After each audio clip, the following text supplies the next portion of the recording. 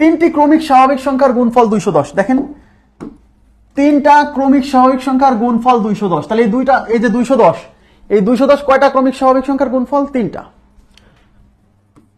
বলছে সংখ্যা তিনটির যোগফল কত? তাহলে সংখ্যা তিনটির যোগফল বের করতে গেলে আগে আমাদেরকে কি করতে হবে? আগে আমাদেরকে সংখ্যা তিনটা বের করতে হবে। তাহলে এই যে গুণফল, এই গুণফল যখন দেওয়া থাকবে তখন এই গুণফলকে আমরা কি করব? ফ্যাক্টরাইজ করব। দেখেন 2 দিয়ে যাবে 105 বার। এবার 2 দিয়ে যায় না, 3 দিয়ে যায়। 3 দিয়ে কেমনে যায় বুঝলাম? এই যে 5 আর 1 6, অঙ্কগুলোর যোগফল 6, 6 3 দ্বারা বিভাজ্য মানে 105 3 দ্বারা বিভাজ্য। এই বিভাজ্যতার নীতি অ্যাপ্লাই করছি। তাহলে 3 দিয়ে 3 3 এ 9 থাকলো 1, 1 এর পরে 5, 3 5 এ 15। এবার 3 এর পরে 4 দিয়ে যায় না, 4 দিয়ে না গেলে 4 এর পরে 5 দিয়ে যায়, 5 7 35। ওকে, এবার দেখেন এখানে এই 210 কয়টা সংখ্যার গুণফল? তিনটা সংখ্যার গুণফল। কিন্তু 210 ভেঙে আমরা কয়টা পাইছি? 4টা পাইছি। এই 4টাকে কম্বাইন করে কয়টা বানাবো? 3টা বানাবো। তার মধ্যে এই ছোট দুইটা গুণ করলে পাবো একটা, আর বাকি দুইজন হচ্ছে দুইটা। ওকে, তাহলে এই 2 আর 3 গুণ করেন, তাহলে 2 গুণ 3 ইজ ইকুয়াল টু হচ্ছে 6। তাহলে একজন হচ্ছে 6, তাহলে এই যে 5 একজন, এই 6 একজন, আর এই 7 একজন। তার মানে ওই সংখ্যা তিনটা হচ্ছে 5 6 7। ওই সংখ্যা তিনটা হচ্ছে 5 6 7। এবার কি বুঝছেন?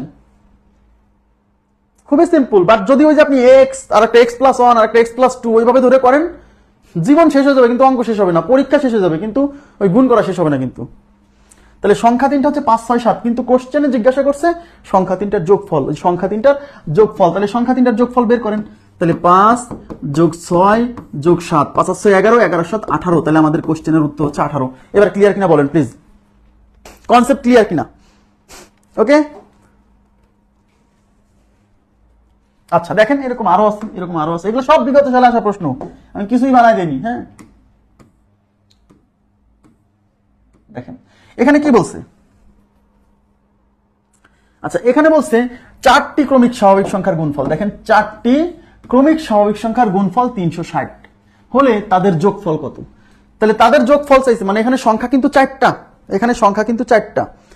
এই 4টা ক্রমিক স্বাভাবিক সংখ্যার গুণফল হচ্ছে 360। তাদের যোগফল কত? তাহলে আমরা কি করব? আগে সংখ্যা 4টা বের করব, কারণ তাদের যোগফল বের করতে গেলে তো আগে ওই সংখ্যা 4টা বের করতে হবে। সংখ্যা 4টা বের করতে পারলে তো ঠিক আছে, কোনো ব্যাপার না, তাই না? তাহলে এই 360 কে আমরা কি করব? ভাগ করব। কত দিয়ে ভাগ করবেন? 2 দিয়ে, 180 বার। এবার 2 দিয়ে যায় কিন্তু 2 দিয়ে দিব না, 2 এর পরের সংখ্যা 3, এই যে 3 6 18। 3 দিয়ে যায় কিন্তু 3 দিয়ে করব না, 3 এর পরের সংখ্যা 4, 4 15 60।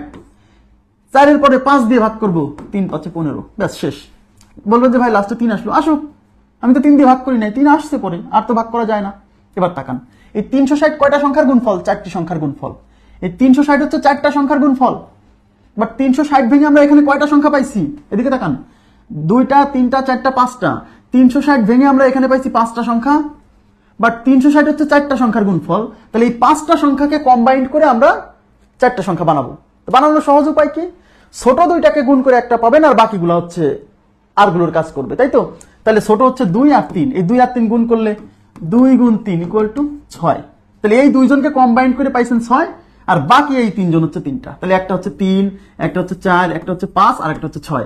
তাহলে 3 4 5 6। তাহলে সংখ্যা 3টা 3 4 5 6। তার মানে সংখ্যা 4টা, 3টা না, সংখ্যা 4টা হচ্ছে 3 4 5 6।